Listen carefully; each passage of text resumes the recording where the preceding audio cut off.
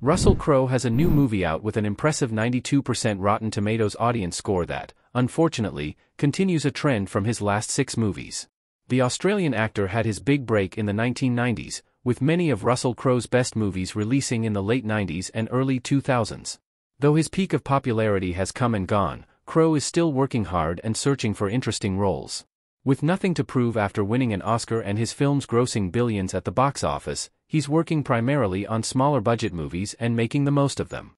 Recent years have seen Crowe in many low-budget movies like Unhinged, Poker Face, and The Pope's Exorcist, where his name has been the film's primary selling point. Few have been commercial hits, but they've allowed the star to shine in leading performances.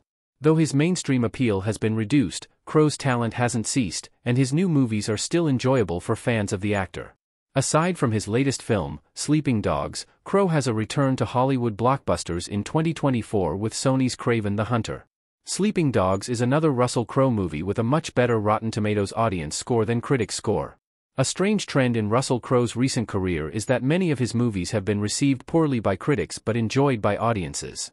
The difference between the Rotten Tomatoes score and the audience score on films can be a fascinating subject, demonstrating contrasts in appeal between critics and general movie audiences. However, it's rarely this consistent for one actor.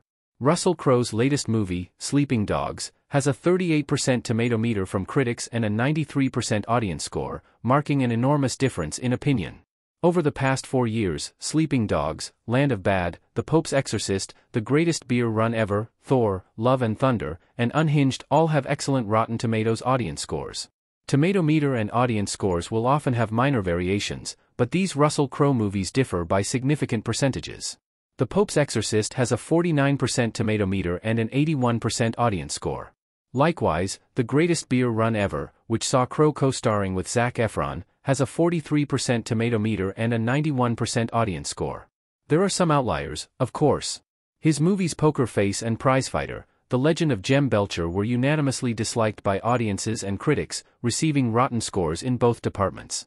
The closest Crowe has come to a film that has been received well by both is Land of Bad, which wasn't quite rotten with a 63% tomato meter. Still, it's not an outstanding success, and the critic scores are likely contributing to his movies going underseen.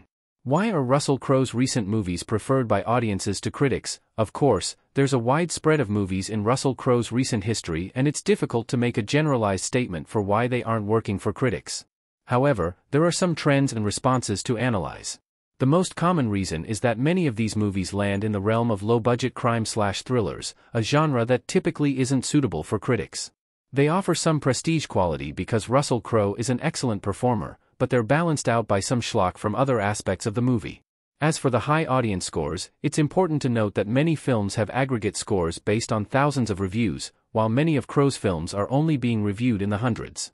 Movies like Sleeping Dogs and Unhinged satisfy a particular niche audience that isn't too selective about what they watch and are perhaps just seeing Russell Crowe's name and enjoying some action and thrills.